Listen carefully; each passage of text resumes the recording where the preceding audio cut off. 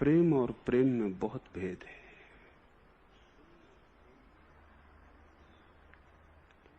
क्योंकि प्रेम बहुत तलों पर अभिव्यक्त हो सकता है।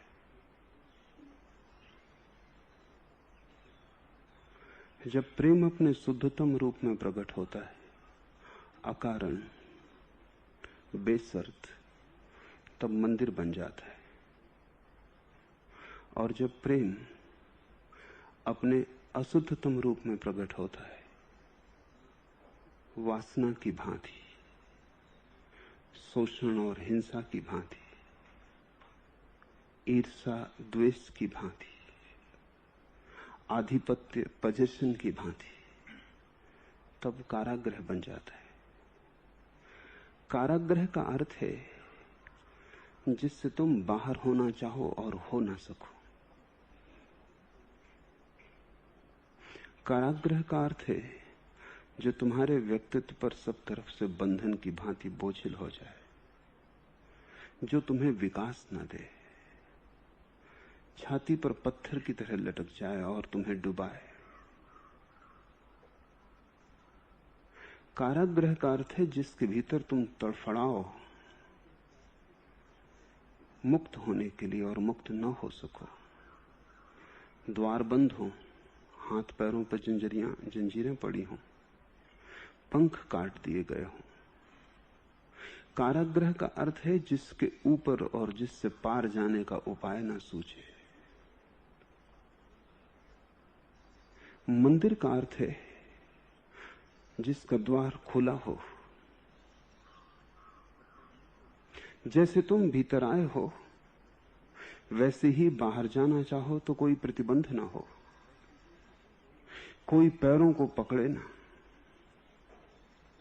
भीतर आने के लिए जितनी आजादी थी उतनी ही बाहर जाने की आजादी हो। मंदिर से तुम बाहर न जाना चाहोगे, लेकिन बाहर जाने की आजादी सदा मौजूद है।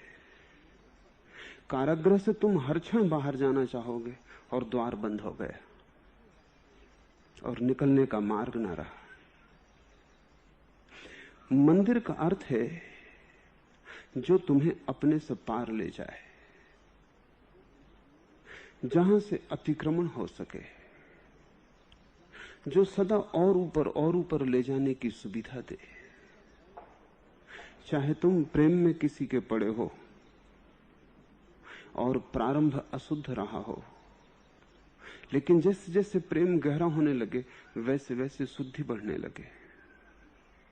चाहे प्रेम शरीर का आकर्षण रहा हो, लेकिन जैसे ही प्रेम की यात्रा शुरू हो, प्रेम शरीर का आकर्षण न रह के दो मनों के बीच का खिंचाव हो जाए और यात्रा के अंत तक मन का खिंचाव भी न रह जाए, दो आत्माओं का मिलन बन जाए। जिस प्रेम में अंततः तुम्हें परमात्मा का दर्शन हो सके वो तो मंदिर है, और जिस प्रेम में तुम्हें तुम्हारे पशु के अतिरिक्त किसी की प्रतीति न हो सके वो कारागृह है। और प्रेम दोनों हो सकता है क्योंकि तुम दोनों हो, तुम पशु भी हो और परमात्मा भी। तुम एक सीढ़ी हो जिसका एक छोर पशु के पास टिका है और जिसका दूसरा छोर परमात्मा के पास है, और ये तुम्हारे ऊपर निर्भर है कि तुम सीढ़ी से ऊपर जाते हो या नीचे उतरते हो। सीढ़ी एक ही है, उसी सीढ़ी का नाम प्रेम है, सिर्फ दिशा बदल जाएगी।